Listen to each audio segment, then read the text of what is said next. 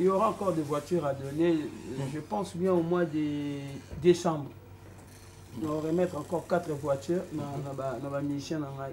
Par là, on peut se remercier aux fanatiques qui ont consommé l'album, qui ont consommé la musique depuis. Et puis, na bateau, ba foutara ba billet na bango, moni malgré ba difficulté na mboka mais biso, ba foutara $3 limesanga msupo abaluba nenete pour na ba prité pour na rola ba répétition na biso. Te bolo ba na bino ba prière. Pour na mona na bi defona sona na ba compte. Pour bata sport, ba on ba droit d'entrée pour tout. Tribune d'honneur. Moi ba différence dans la pour ba répétition na Congo pénal la plupart ba répétition comme consommation même sur solo li na mukolo espace. Mutumo aya so mikoka yozo yemana yo bani ba bombelo mo ba 200 francs ou 300 francs. Mais biso na masala biso grâce ba to ba futara billet to ça ba player ya billet. Do ba billet on ba to ba futara na ba to ba ba concert na biso na ba cacher na biso to zo. Na muke on na zo na ndenge na nga yango to zo sala ke mutu nyoso azala véhicule donc. C'est pas par défi. Pardon? C'est pas par défi que tu es en train d'acheter toutes ces voitures pour tes musiciens. Bon, on est habité dans ça la défi na nani. Pour ça défi na mutu. C'est que fondamentalement na kiam sous na génération na nga to na niveau na nga na pe na mutu sa ngo. So déjà mutu sa ngo ezate ya défité ya mutema na nga. Ya mutema na nga nzambe apesa nga mutema ya okaba. Ceux qui toujours la kisango na télévision comment est-ce que toujours pesa ba mission na so ba voiture et là pour na repesa pe respect na misala na bango parce que belé pe ba na orchestre oyo ba famille na mo ba boya ba on peut ba la musique. Ba tu msupe ba mona ba lo kwa ba distrait. Distrait, il y a quelque chose pas bien affilé. Si tout en tout bandana. Il y a quelque chose musique. Qu'est-ce qu'il fera ces bien affilés? Voilà. Ça na moi tamuke kaka. Et on a mutu mususu. Afinga ben étant ben encore côté orchestre nanga. Peut-être mutu nga za suna kinité. Akoma fana na Angola ou na Belgique. Mais na musique na réseaux sociaux, tant on a ben autant on a fuga. Ah, mon Ben en a parlé tout ça. J'ai vu Ben venir. Voilà. Moi, il place à ça. Il ne veut même pas me parler. Les lots et Simbi. En quelque sorte, c'est ça. Témoignage. Tu témoignes mon Nzambe. Quand tu n'as vu ce don. Bon, là, mon Nzambe va bomber en côté. Et là, Nzambe, là, dans ça, la mission grâce. Il y a un bon moment, il y a un mission, la mission, la voiture. Les gens ont été qui n'ont aussi à la défi. Ok. Voilà. Alors, mais quand tu le fais aussi, c'est une bénédiction pour toi. Voilà, la mec qui donne. Et qui est bien. L'album Positionnement, comment tu pourras également aujourd'hui différencier cet album au début et maintenant? Comment tu trouves aujourd'hui cet album? Voilà, au début c'était un peu difficile. Le nous avons dans Babylone, na Vandier, na Baomela, là on a Mela na Mai, batouache musique album na yo Positionnement. J'ai écouté 5 chansons et la nani a eu et les gens réclamaient en même temps bazo yemba.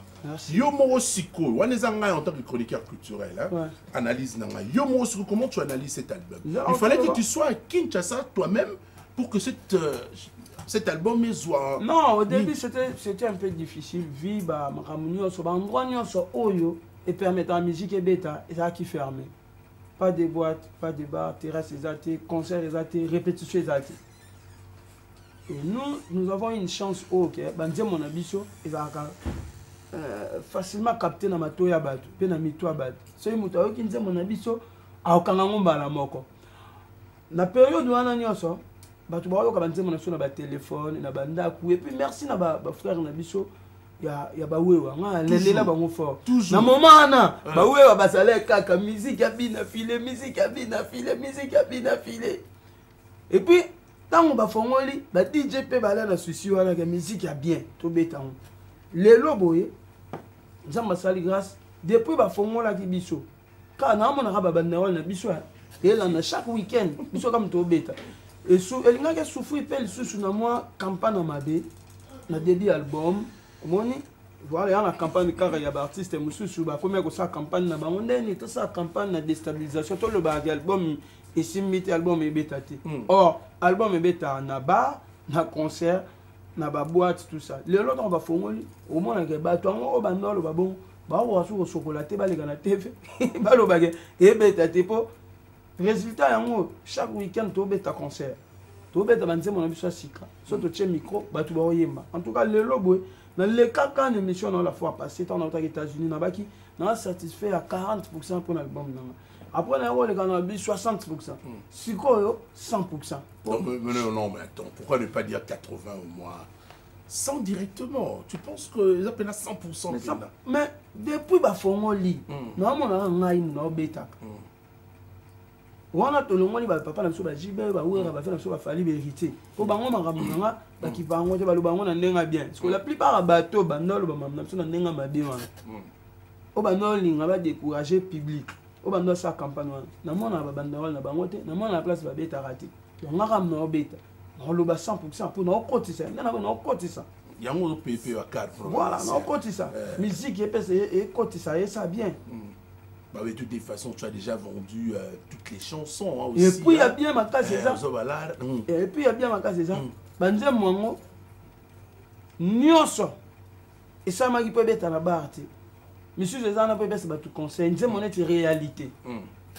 C'est mon chemin de la vie. Il y a quelqu'un qui m'a dit, en parlant de chemin de la vie, de gens qui voient Redi Amissi. Voilà. Mais pourquoi ne pas réaliser un featuring d'abord avec Namui Singoy lui-même? Namui Singoy, c'est Redi Amissi. Hein? Et après, Yobé Tasco. Mais on savait non plus comment le moins bien. Il y a vraiment ça analyse. Mais pourquoi ne pas inviter vraiment Redi à Zalarakata Nzembo wana? Non, bon, peut-être que tu as un remix. Il est à la Kina, il y a